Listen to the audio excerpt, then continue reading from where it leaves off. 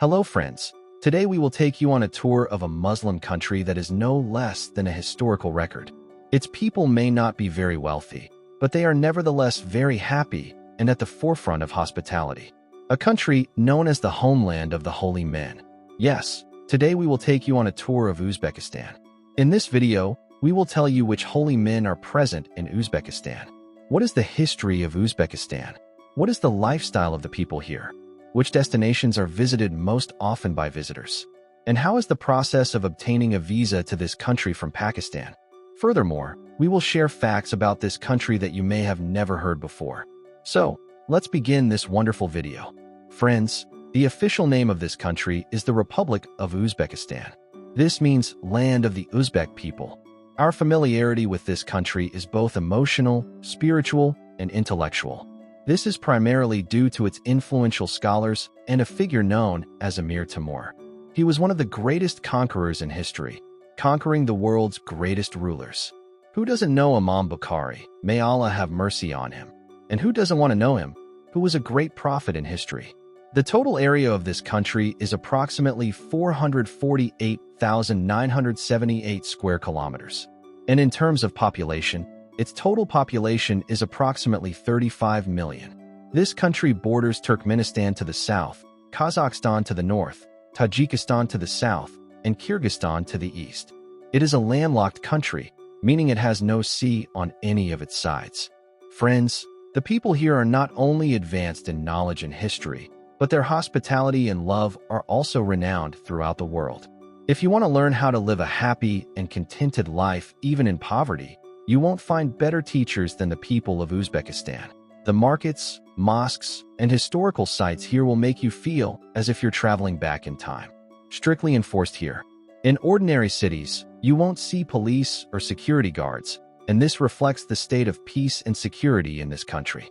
Friends, although Uzbekistan is a poor country, with the average person's income being around $100, you'll be surprised to know that in the last 10 years, not a single bicycle, or even a single car has been stolen here. This is truly astonishing, reflecting the honesty and morality of the people. Uzbekistan is also a very important country in terms of history and culture.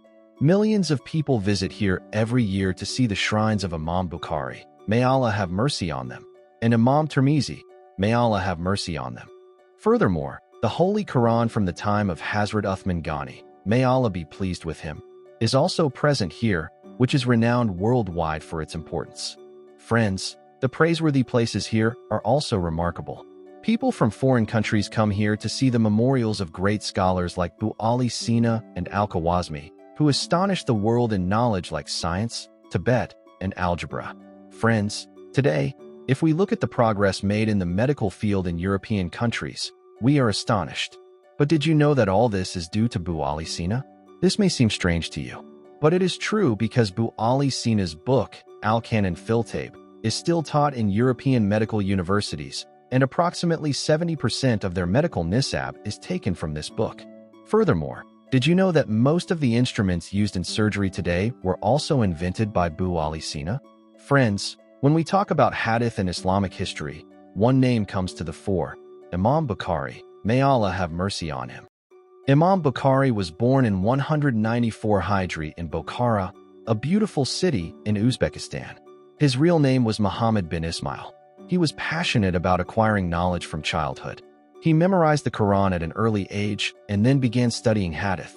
His greatest significance lies in the fact that he collected authentic ahadith and organized them into a comprehensive book, known today as Sahih al-Bukhari. It is a book considered the most accurate and authentic after the Quran, and scholars from all over the world, including those from all sects in Pakistan, trust it. Imam Bukhari traveled to various parts of the world to obtain authentic hadiths. He would often travel 100 kilometers to determine the validity of each hadith. His journeys included Egypt, Iraq, Syria, Hijaz, and many other regions. His goal was always to ensure the authenticity of every hadith. Imam Bukhari, may Allah have mercy on him, met his creator Hakiki in 256 Hijri at the age of 62. His tomb is located in a small village 25 kilometers from Samarkand. Thousands of people visit here every year to remember his teachings and services. May Allah shower millions of blessings on his grave. Friends, Uzbekistan's hotels and restaurants are also of a very high standard, but they are not overly expensive. And the most interesting thing is that the people here are very cheerful and hospitable. When they want to thank you, they place their right hand on their chest and say Rahmeth affectionately, just like you might have seen in Turkish dramas. The people here are also adept at setting the dining table and enjoy green and black tea with great enthusiasm. In most restaurants around the world, people eat and leave immediately. But in Uzbekistan's restaurants, people are so engrossed that they don't feel like leaving. They are also famous for making the world's most delicious pulao. The tradition of pulao and barsker was also introduced by the people of Uzbekistan. Speaking of currency, the Uzbek currency is called the som. 1 Pakistani rupee is approximately 44 som, and 1 Indian rupee is approximately 143 som. Another surprising fact is that when Uzbekistan gained independence from the Soviet Union, Pakistan was among the first countries to accept it. As a mark of this affection, Uzbekistan even kept its time zone in line with Pakistan. This means that if it's 12 o'clock in Pakistan, it's also 12 o'clock in Uzbekistan. Friends, this region has always been a vital hub on the trade routes between China and Europe. In the 7th century AD, Arab conquerors arrived here and raised the flag of Islam. Subsequently, in the 13th century AD, Genghis Khan's Mongol armies invaded this region. Their attack was so devastating that the entire region was devastated, cities destroyed. However, later, the region resumed its progress. In the 14th century AD, this region became the center of conflict between 4 major kingdoms. The Seljuk Sultanate ended, the Ayyubid Empire weakened, the Byzantine Empire began to lose its power, and the Mongol invasion was finally confined to China. This created the possibility of a new power emerging in this region. In 1336, a great personality and a great conqueror was born in Uzbekistan, Amir Timur. Amir Timur is considered one of the world's greatest conquerors. He possessed extraordinary abilities from childhood. He memorized the Holy Quran at the age of just 10. Amir Timur possessed the ability to work with both hands simultaneously, and the glory of his leadership was quickly revealed. In 1370, Timur defeated the Mongols and recaptured many of his country's major cities. He not only strengthened his country, but also established peace throughout Central Asia through his military prowess. In 1398, Timur advanced towards India. Passing through Multan and Jaipalpur, he conquered Delhi in December 1398. Timur died in 1405. However, his wars and his practical wisdom are still remembered in history as a golden age. Later, in 1876, the Ottoman Empire occupied this region.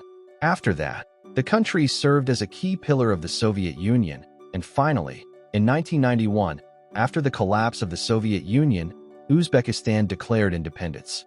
Friends, this country is considered one of the world's cheapest countries. Both men and women work here and are extremely hardworking. People speak a language that closely resembles Turkish, just as Pakistan's Urdu and India's Hindi are closely related. The capital of this country is Tashkent, about a 2-hour flight from Pakistan. This city is very prosperous and beautiful, with a population of approximately 2 million. In 1966, an earthquake devastated the entire city, but it has since been rebuilt. Samarkand is the country's 2nd largest city. The shrine of Hazrat Daniel alayhi salam is also located here, which is claimed by 2 major countries in the world, Iran and Uzbekistan. Friends, in Samarkand, the tomb of Hazrat Osama bin Abbas, the cousin of Prophet Muhammad, peace be upon him, is also located. The city's domes are mostly blue turquoise, and the buildings here were beautifully constructed during the time of Amir Timur. Friends, Samarkand's bread is also very famous. If you ever visit, you should definitely taste it. Regarding visas, you need 3 things: an invitation letter, flight tickets, and a passport. You must submit all these items to the Uzbekistan Embassy in Islamabad. Visas are usually easily obtained within 1 to 2 days. Flights from Pakistan to Tashkent cost around 100,000 Indian rupees. If you get the chance, definitely visit this country, as it is truly magnificent. So friends, this was our very interesting and informative video today. Please let us know how you liked it in the comments. and any newcomers are requested to like the video and subscribe to the channel. See you in the next video.